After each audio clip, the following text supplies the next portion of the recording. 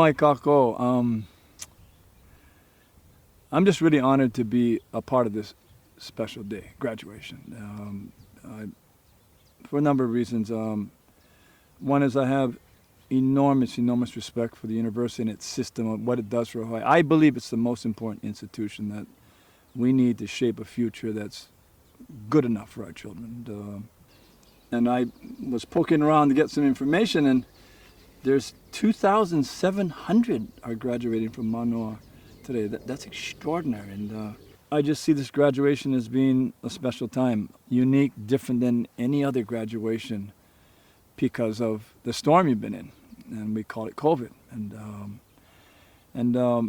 And I don't want to assume that I know what your life's like, so I did a tiny bit of research when I asked people to tell me, what is the life like of your students at the University of Hawaii, and the hardship and suffering, trauma, fear, dealing with adversity, not just the students, but their families. And it just became really clear to me that, boy, I don't know what it's like to be a student in this class. And so I continued to find out, and I went to talk to young people, those who are still in the university system and those who just recently graduated. And I had just two basic questions. Can you see your future? And if you can, do you believe you can navigate there? Can you reach your destination? Can you find your island? And it was very interesting conversations that were very diverse, but inevitably it would come up. This was a rough year. This was a year of storms. This was a year that everything was changing, that the whole institution across the whole state of Hawaii is all changing and shifting, and nobody knew the outcomes. They were voyaging, but it felt like they're not sure where they're going. The destination not clear. But one of the things was really clear. They, across the board, the appreciation of their education. Because in many ways, that education gave them, and they use the word tools to I say, to navigate adversity, navigate uncertainty, which is now, the storms are here, they're cloudy, it's dark. What I got from young people is, you can't avoid that anymore. Not in this century, not in the 21st century. This is a century of storms, according to young people. And you're gonna have to figure out, not avoidance, but how to navigate through it. And it was beautiful. And so, but that second question, can you find the island? Can you navigate to your destination? That was more cloudy. So I just want to share with you a story. There's thousands of stories from the voyaging legacy in the last 45 years with Hokulea, but I'll share with you one. I was young and in the shadow of pioneers and visionaries who would build a voyaging canoe, bring the greatest navigator on the face of the earth by the name of Maupiailu to navigate it to Tahiti in 1976. He would go home vowing never to come back to Hawaii because he didn't trust Hawaii's leadership. And so we didn't have the teacher. And but we needed to go. We needed to find ourselves culturally and spiritually in the wake of our ancestors on the road to Tahiti. So we tried a second voyage in 1978, not knowing how much we didn't know, and not knowing what is to commit to something of that complexity and that dangerous. And we left, and make a long story short, it was a stormy afternoon, mid-March, and within 8 hours we were upside down, fully rigged, sails underwater, overturned in the Molokai Channel in the gale force winds, and no communication systems. Nobody knew our dilemma, and it was cloudy. It was so cloudy, we call it ehukai, when the salt spray that comes off the infinite amount of storm waves is heavy and blocks the whole island of Oahu. You could barely see the top of Molokai, barely see the top of Lanai, and we're drifting south in the cold north wind.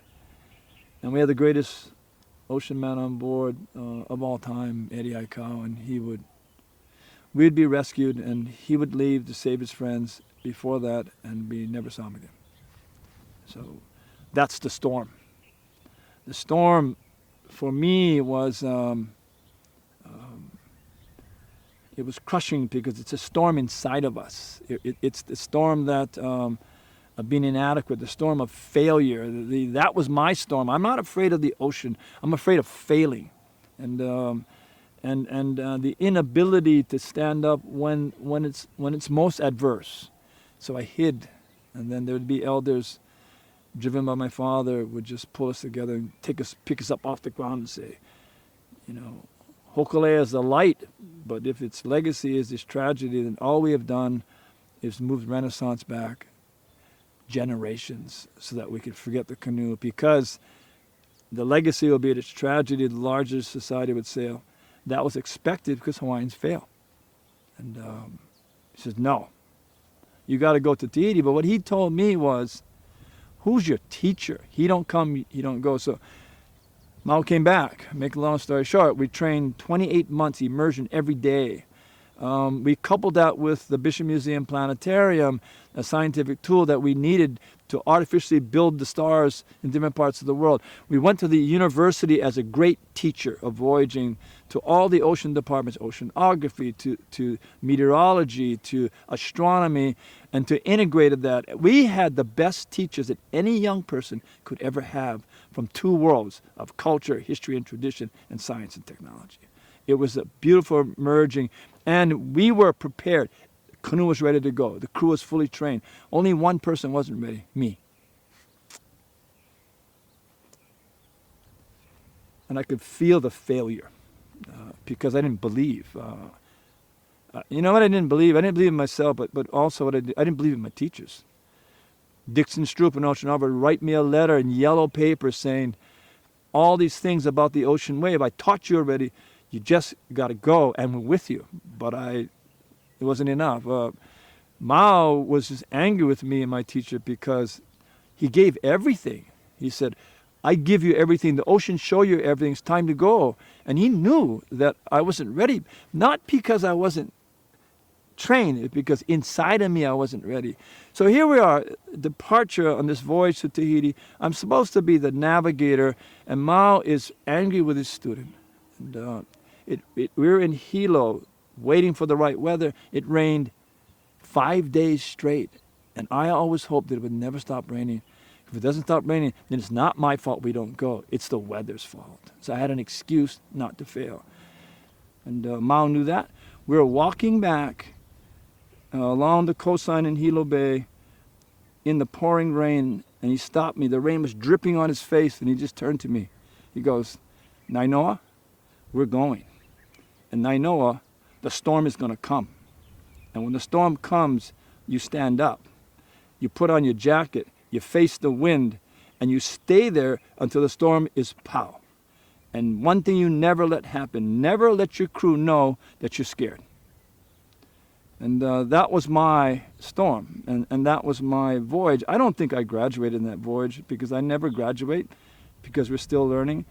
But I want to say to those who are graduating that there are many stores on our doorsteps. They're right here. We call it climate. We call it COVID. We call it indifference. We call it racism. But sometimes the storms that we're not identifying is ignorance. It's apathy. It's indifference. And that's why I think the class of 2021 is a special graduate class because it was graduating in the storm. And so I believe that in this class is a class that believes in something deep, special, that can get you through adversity. I believe this class knows that it can navigate more than we ever have been in before. I believe that all it has to do is to take its education, your vision and your imagination, believe you can navigate the world to a better place, and stay connective to everyone around the planet and create a movement of young people going to navigate which future generations could not. Past generations could not. I'm sorry. And then all you need to do, in my humble opinion, to give Westeros, you just got to believe in yourself and believe in your teachers. Mahalo. Thank you.